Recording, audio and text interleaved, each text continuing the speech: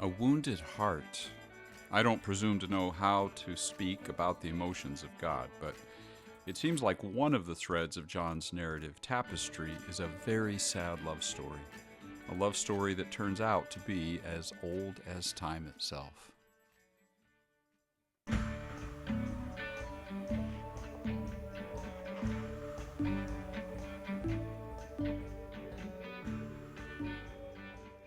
I'm Kevin Caldwell. Welcome to Sacred Wisdom, Sacred Texts, an exploration of some of humanity's most influential sacred writings. They've become my soul friends, daily companions, spiritual guides, and springs of wisdom.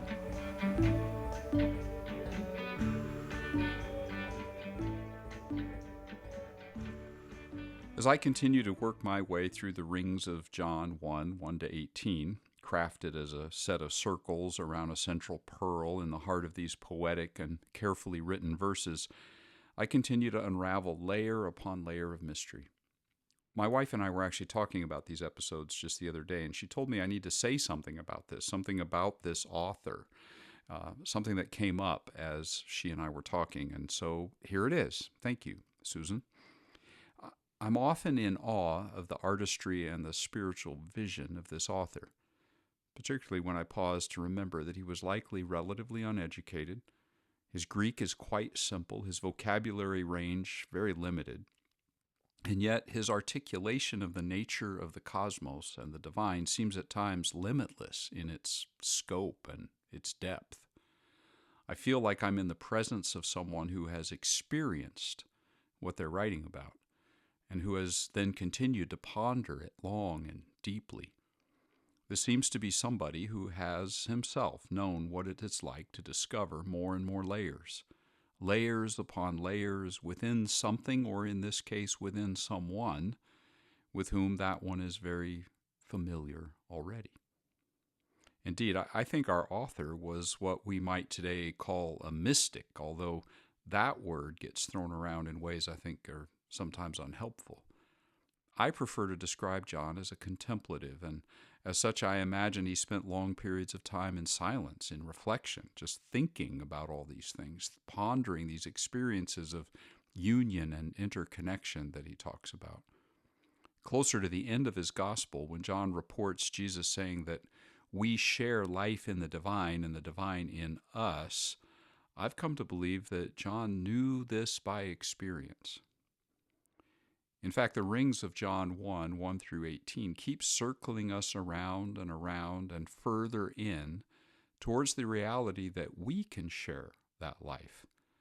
Beginning from the inner life of the divine in ring A, as I've labeled it, to ring B and then ring C, and now as we enter ring D, we keep getting pulled closer and closer to the pearl at the center, the thing John really wants us to see and taste and experience, that we can share as begotten children, he says, in the DNA, as it were, the life and nature of the divine being, whose nature John described back in ring A, the mysterious singular plural and plural singular, the nature of God as towardsness and into-ness and embrace and openness, the God whose character and nature is also marked, as I noted in the last episode, by a profound divine humility. That reality invites a response.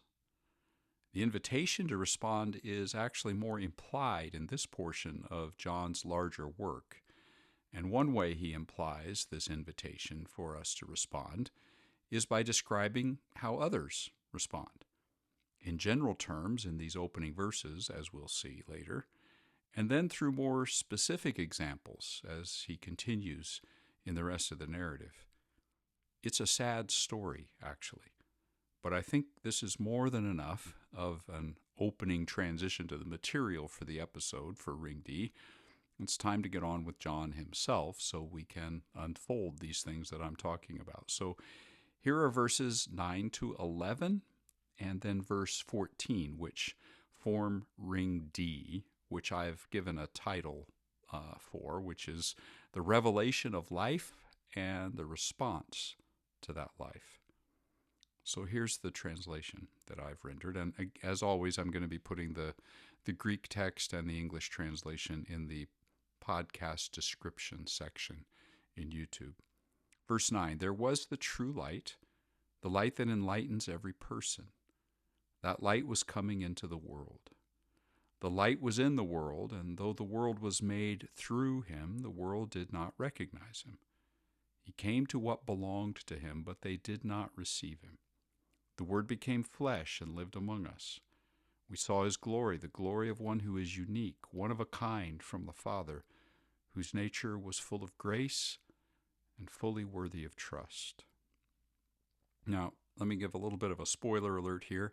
In this episode, I'm not actually going to be able to get to the second half of the ring, verse 14. I'll have to go back to that in the next episode. I've only got space here to cover verses 9 through 11. And as usual, I'm going to go sentence by sentence and phrase by phrase. So, there was the true light, the light that enlightens every person coming into the world. The sentence opens with the verb to be. The verb was. The light was. And that usage connects us back to the wasness of verses 1 through 5, where God was, the Word was, life was. And now, too, John says that the light that comes from the life, which was in God and the Word, also was. So there's an ontological aspect of the light in John 1.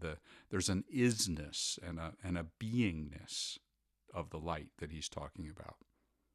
Next, he goes on and says that that which was is referred to as the true light.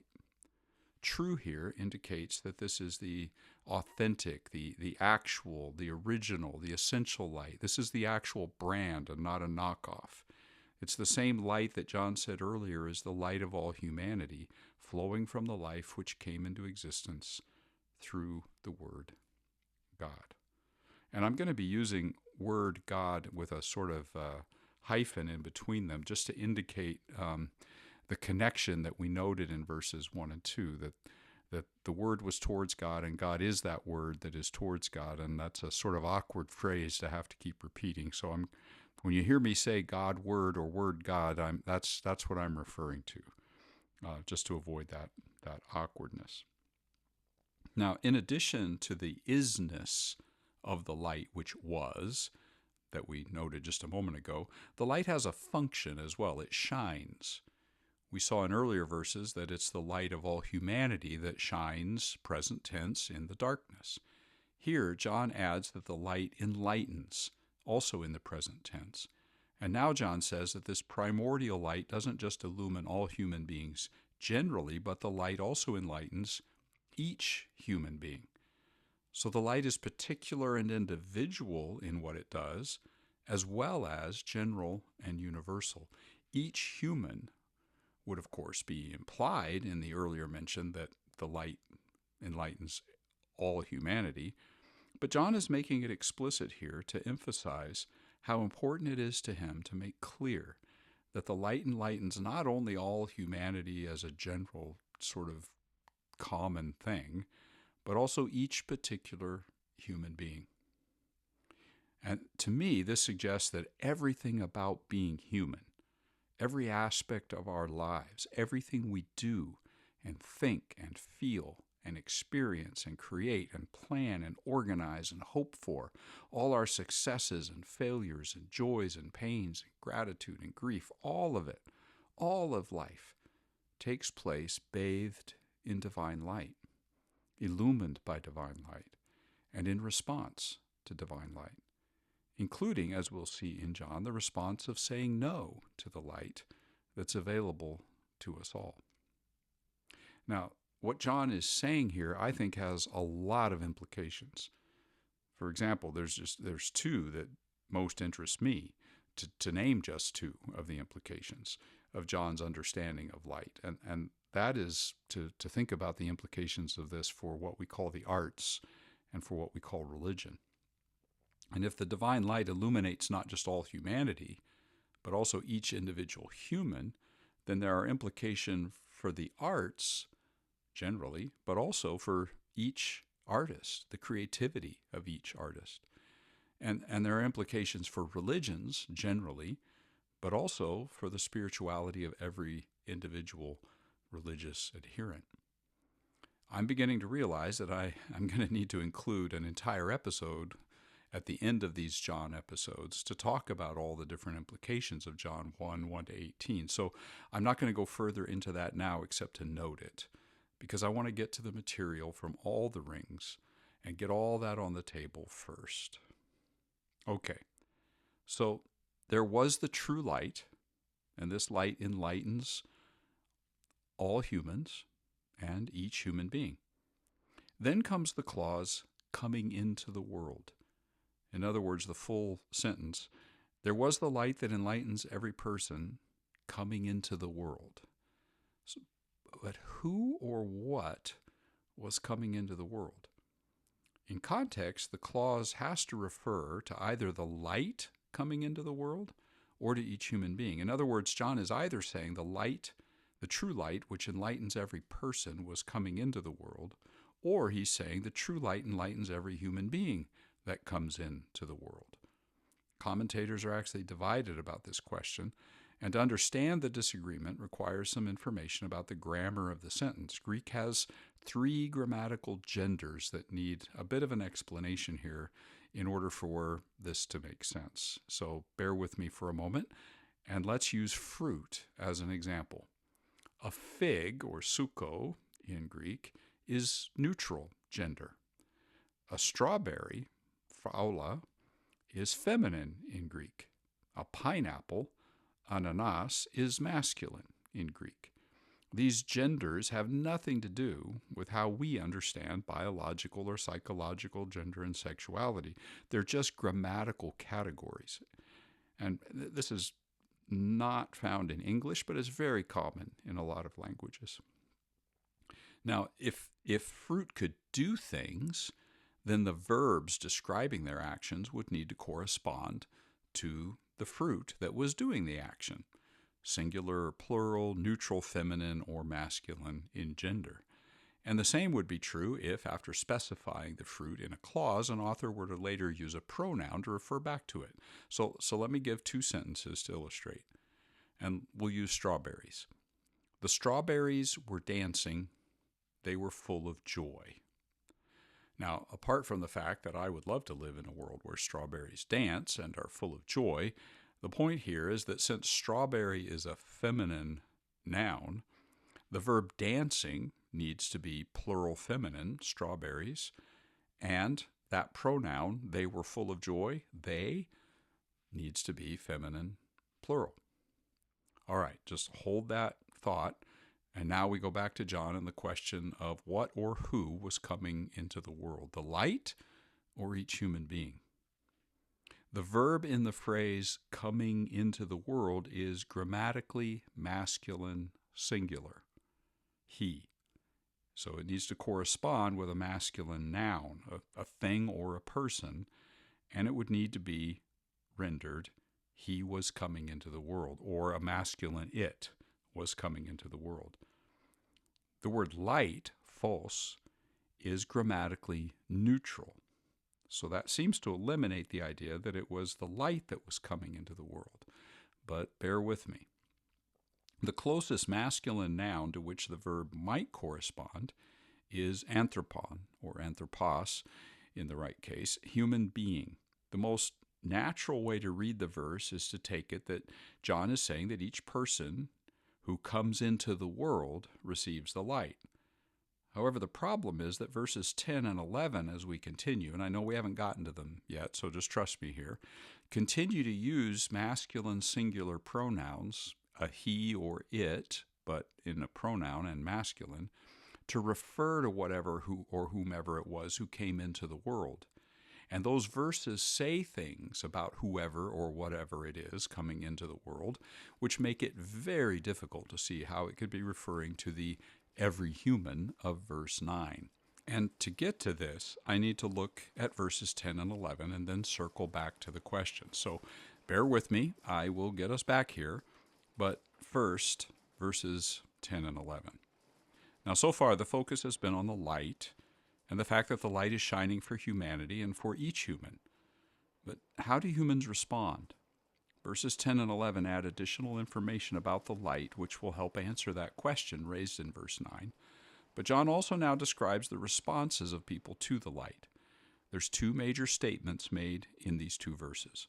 First, the light was in the world, and the world came into existence through the light, yet the world did not know the light. And second, the light came to the light's own and was not received. So let me take things in some smaller portions here. The light was in the world. There's really no new information about light here. This takes us back to the opening of verse 9. There was the true light. It takes us back to verses 1 through 5 and the wasness that's back there. The light that enlightens everyone was already in the world. John is reiterating the universal, cosmic, eternal existence and function of the light. Next, the world came into existence through the light. This is actually where John brings us to an idea of the light perhaps being eternal. So far, we would not necessarily get that idea about light, but now it says that the world came into existence through the light. In this clause, John says something that is, to me, quite unexpected. In fact, I see two unexpected twists. The first twist has to do with the relationship of God and the light. Because in verses 3 and following, we saw that, according to John, everything that has come to be came to be through the Word that is towards God, who is the Word. And that included life, which came into existence through God the Word, and the life which was in God. But it also included the light, because John says that the life that came through God and was in God was the light of all people. In other words, light was a result in those earlier verses. It came into existence from something that came to be in and through God's Word, the God Word. But now, John is saying that all things came to be through the light. It's this very strange, paradoxical, both true at the same time kind of thing.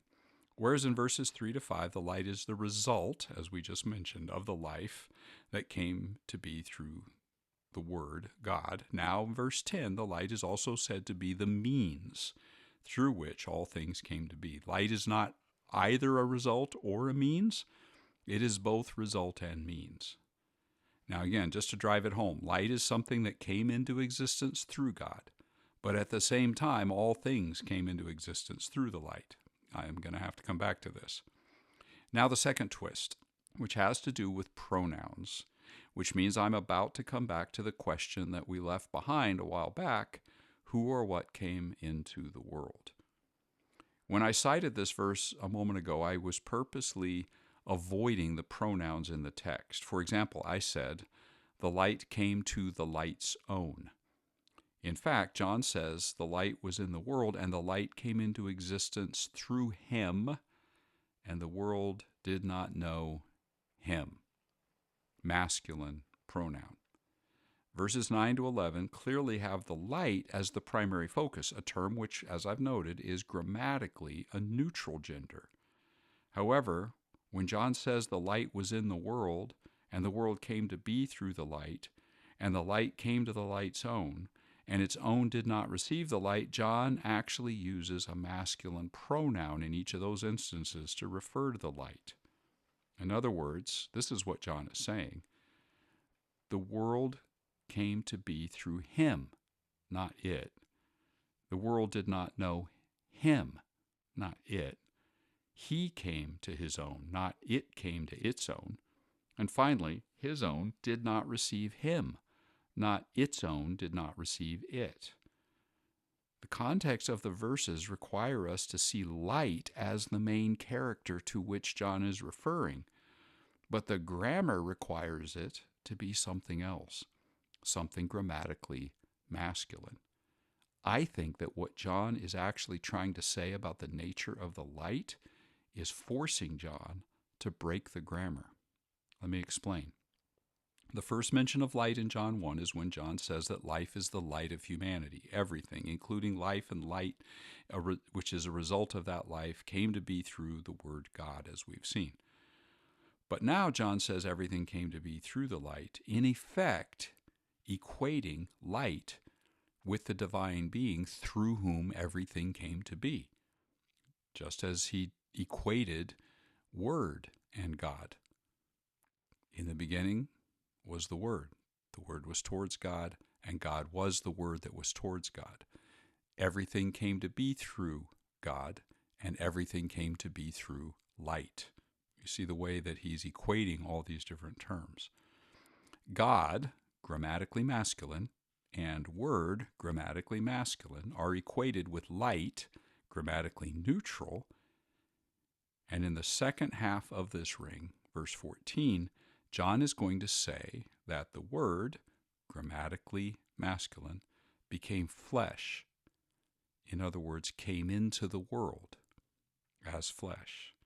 It's a clear parallel to the statement that we've been asking about. Who or what came into the world?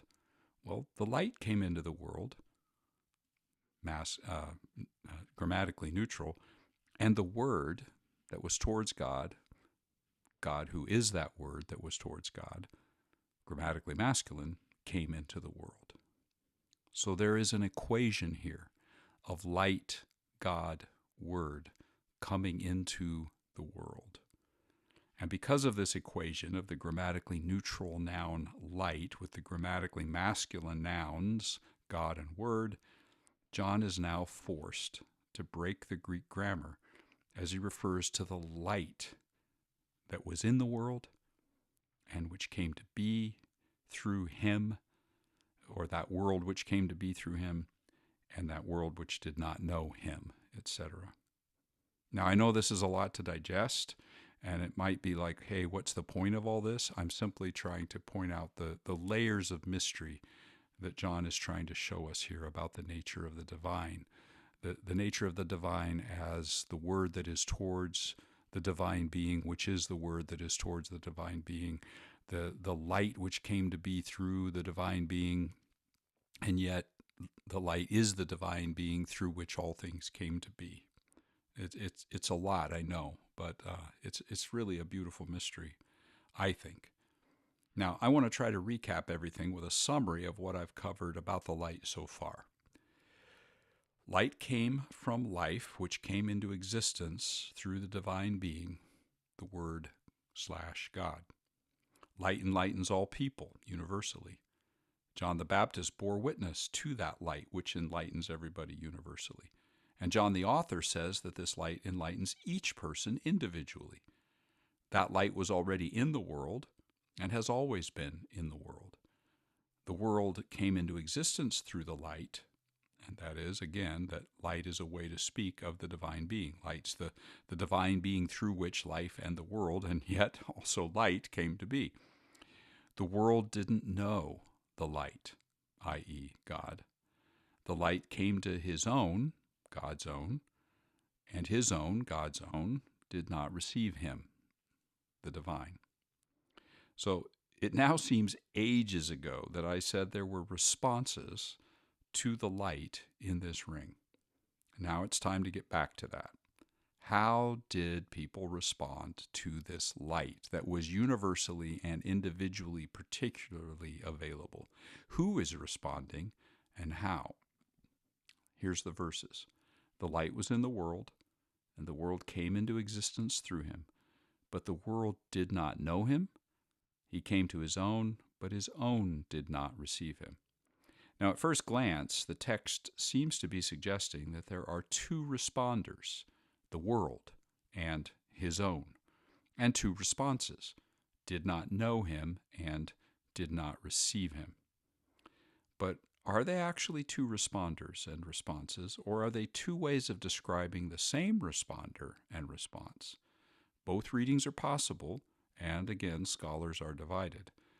Those who find there to be two responders here, the world and his own, tend to see it like this. The light was shining in the world, but the world didn't recognize that light. And then the light came to Israel, his own people, the chosen people, and Israel didn't receive.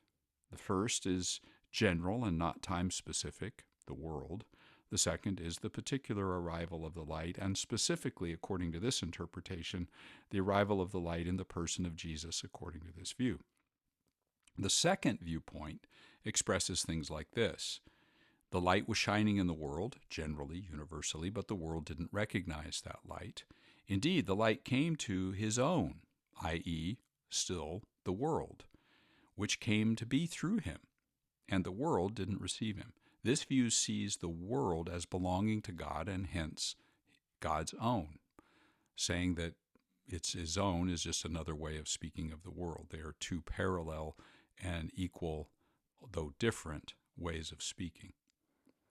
Now, I've alternated in my understanding about this over time, but my current conviction is that the second take on this seems to fit the evidence the best. And let me just give two reasons why I think that. First, in John 3:16, the author tells us that it was God's love for the world, the whole world, that inspired God to seek to save it. And that aligns well, I think, with the idea that God would see this world that came to be through God and which God loves as his own, that the world would be seen by God as God's own possession, own belonging, so to speak.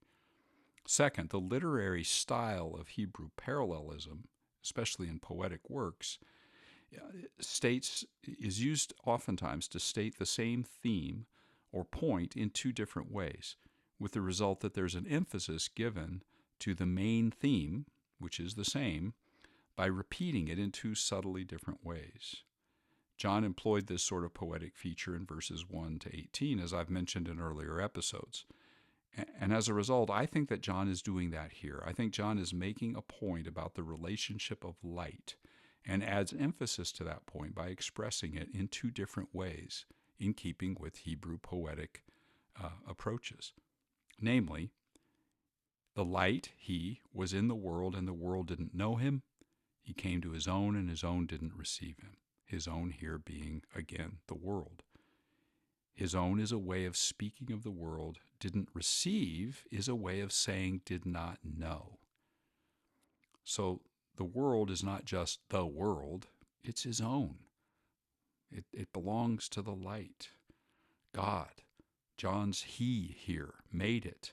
It's filled with his light and his life. He loves it. And the world didn't just not know him or recognize him. The world, his own treasured world, did not receive him, didn't welcome him. The Greek term paralabon, received, implies taking someone or something into close relationship, accepting them and it, taking as a companion. It even implies taking as a spouse.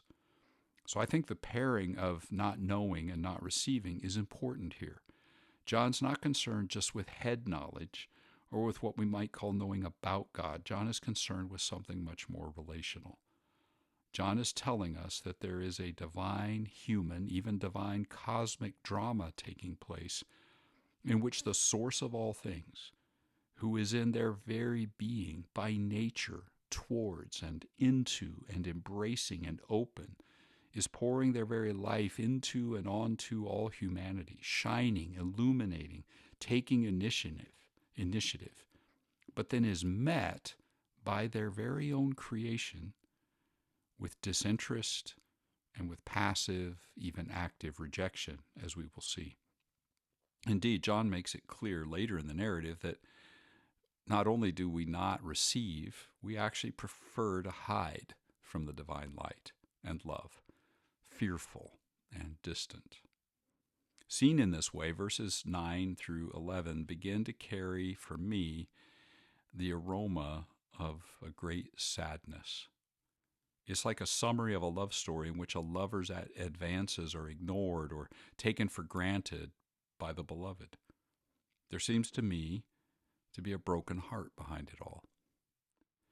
I ended episode 5 speaking of the humility that John sees in the divine character, the heart of God. Here, I think we're approaching what I want to call the emotional consequences of that humility due to the possibility of rejection. Now, I don't presume to understand divine emotions, as I said at the very outset of this episode. I mean, it's hard enough for me to understand my own emotions. And I assume that the term emotion can only be used in some sort of analogous or metaphorical way in reference to the divine. But metaphors and analogies do point to truths, even when they're not to be taken literally.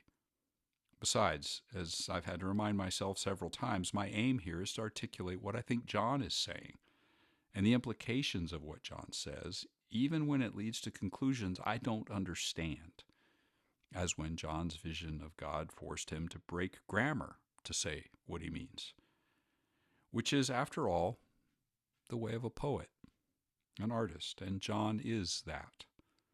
Artists frequently bring us to places in which our best response is to simply walk with them into the mystery.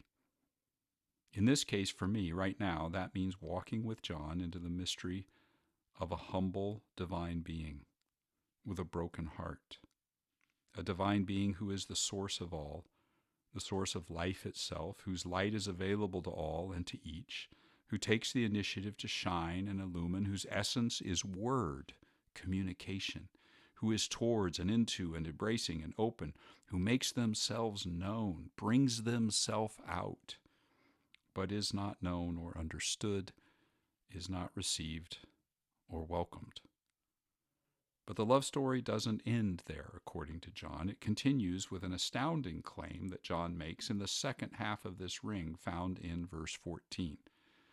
I'm going to have to pause and take that portion of this ring up in another episode, which I will do next time.